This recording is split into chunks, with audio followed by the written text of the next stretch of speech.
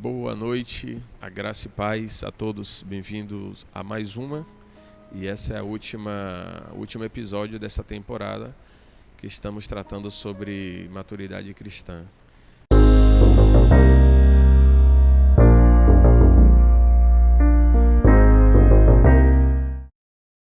Espero que os irmãos tenham assistido nas semanas anteriores, Raíssa, o pastor e Isaac. E hoje eu venho finalizar esse tema, maturidade cristã, e eu quero falar com os irmãos sobre a excelência na vida cristã. Só que não é uma excelência dentro dos padrões deste mundo. Não é uma excelência na vida cristã nos padrões que é pregado ultimamente nas igrejas. Eu vou ser de forma assim, vou ser bem firme, né? Vou ser bem veemente no que eu estou falando, que não pense em excelência de vida cristã, achando que excelência na vida cristã é ser bem sucedido, é ter coisas, é ser próspero como é falado. Não é. A gente vai encontrar na Bíblia os apóstolos, principalmente o apóstolo Paulo, falando sobre a vida cristã. E o livro que eu quero ler com vocês e os versículos está lá em Filipenses. Só que antes de eu falar qual é o capítulo e quais são os versículos, quando eu fiquei com esse tema, maturidade, excelência na vida cristã, eu tinha até pensado em outro texto, pensado em outras coisas, mas há uns 2 dias veio à minha mente a igreja de Filipos, nossos irmãos em Filipenses. E eu encontrei nesses 4 capítulos, e nós encontramos nesses 4 capítulos de Filipenses, encontramos uma excelência na vida cristã. Basicamente, a carta de Paulo a Filipenses, nós encontramos sempre 3 coisas: sempre alegria, sempre gratidão e sempre esperança. E olha que o apóstolo Paulo estava preso, ele estava em uma prisão, mas ele não deixa de falar em alegria. Filipenses é a carta da alegria. Em todos os 4 capítulos você vai encontrar Paulo falando de alegria. Ele insiste em falar aos irmãos: sejam alegres, sejam felizes, haja gratidão. Ele vai falar sempre sobre esperança em todos os 4 capítulos de Filipenses. E eu pensei nessas 3 coisas, em alegria, gratidão e esperança, porque, dentre muitas outras, essas 3, elas são fundamentais para um cristão ter uma vida com excelência. Sempre viver feliz, alegre, mesmo em meio às adversidades. As coisas não estão boas, as coisas não estão funcionando. Irmãos, seja cheio de alegria, fique alegre. Deus, ele não vai deixar que nada falte a você.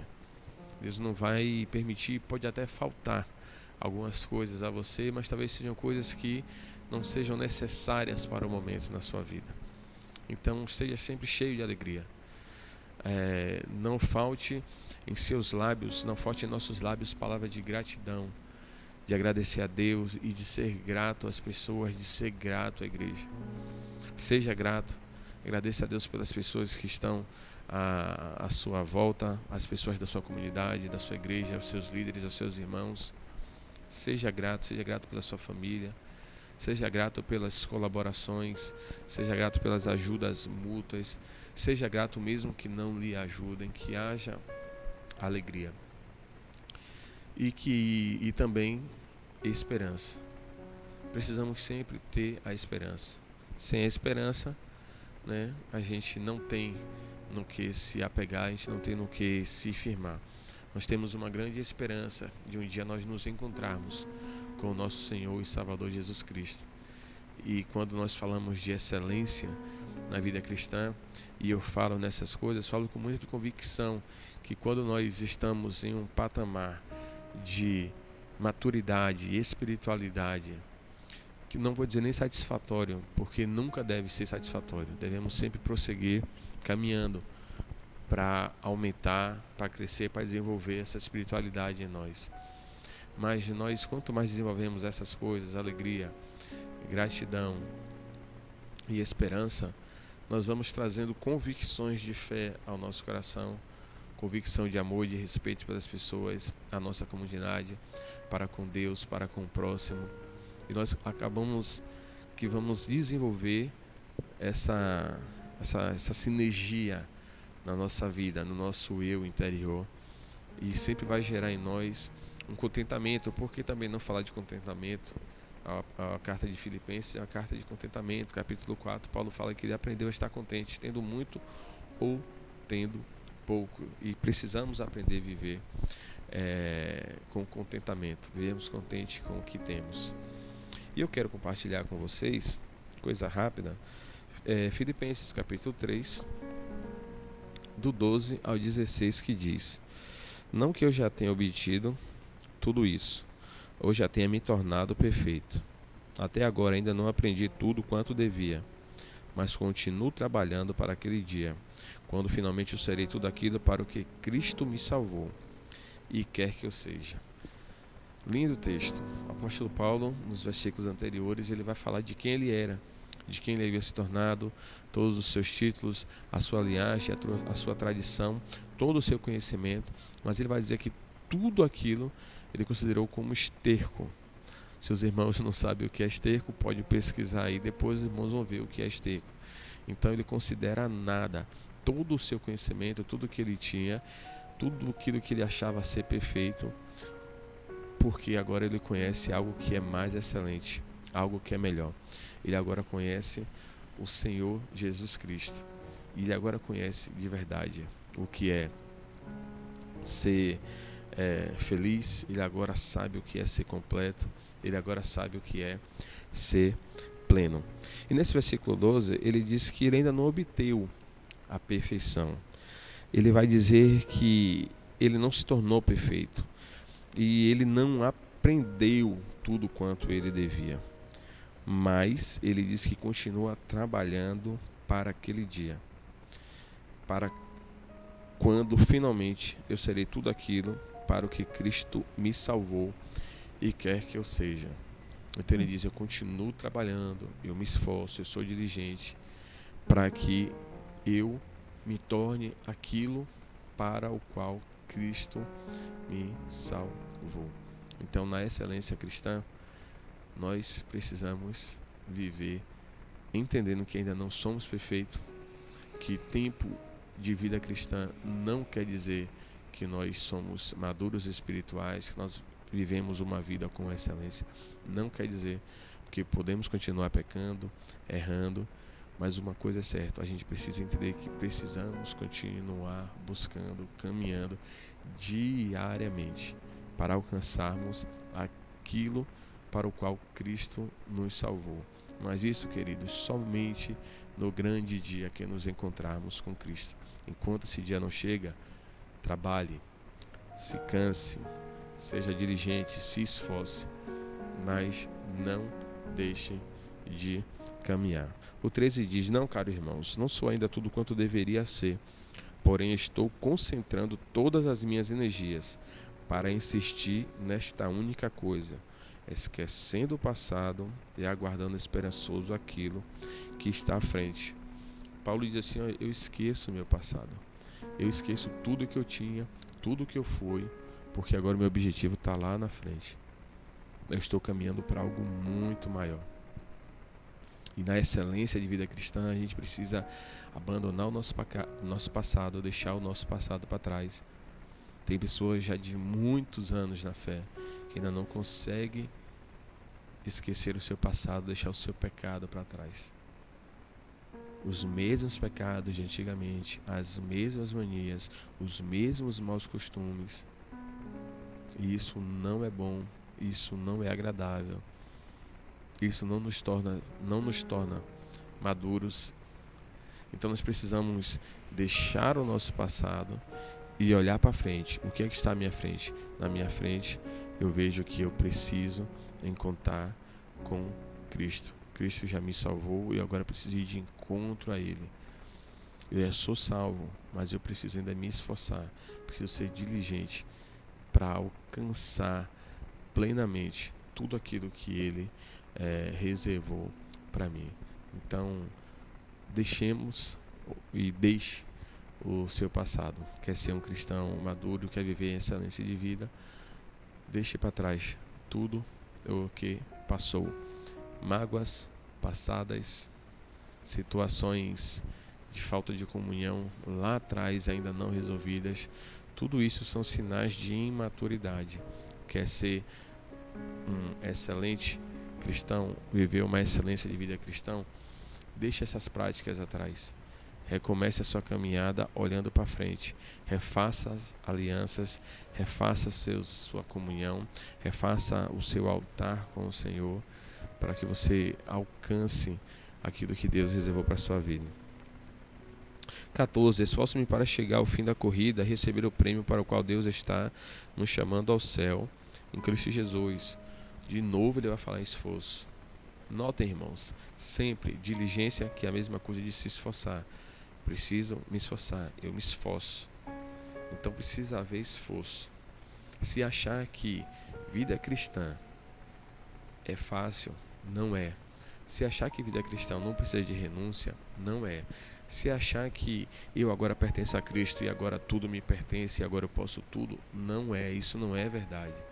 Se você achar que agora é perfeito, é engano. Nós não somos perfeitos. Estamos diariamente lutando para não cair, para não pecar, para ser zeloso, para ser fiel, para nos manter firmes na fé, arraigados nossas raízes em Cristo. Então, mais uma vez aqui, Paulo fala no 14, eu esforço para chegar ao fim da corrida. Nós estamos numa corrida, eu já preguei isso aqui na igreja há tempos atrás.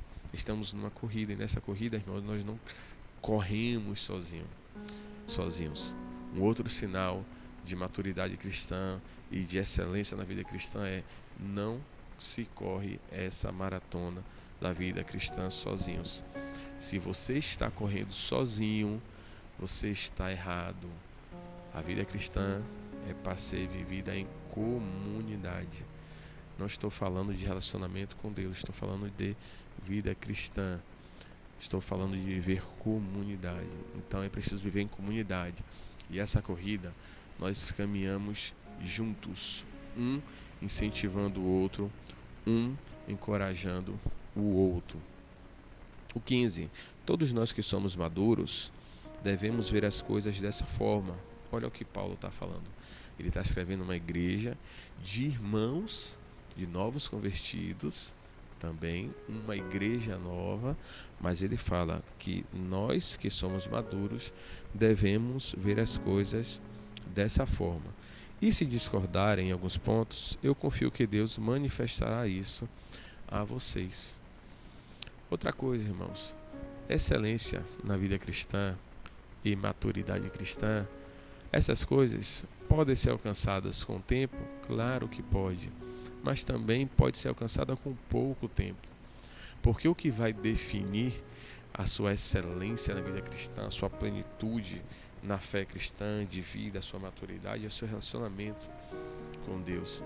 É o quanto você conhece das Escrituras, é o quanto você ora, é o quanto você busca, é o quanto você se dedica, é o quanto você testemunha com a sua vida, é o quanto você abençoa as pessoas, abençoa a sua comunidade.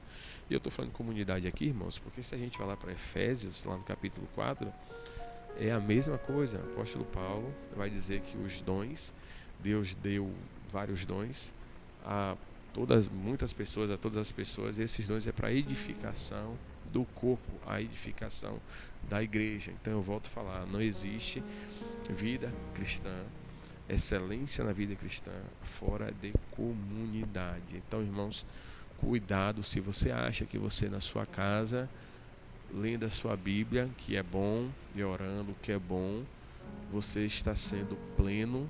Primeiro que pleno nós não estamos sendo, nós ainda não seremos, porque é uma caminhada. Essa plenitude somente quando naquele grande dia nos encontrarmos com Jesus. Mas se você achar que está no centro da vontade de Deus, talvez esteja na hora de você repensar, analisar as Escrituras, principalmente as cartas, né, dos apóstolos, e ver que vida cristã é comunidade.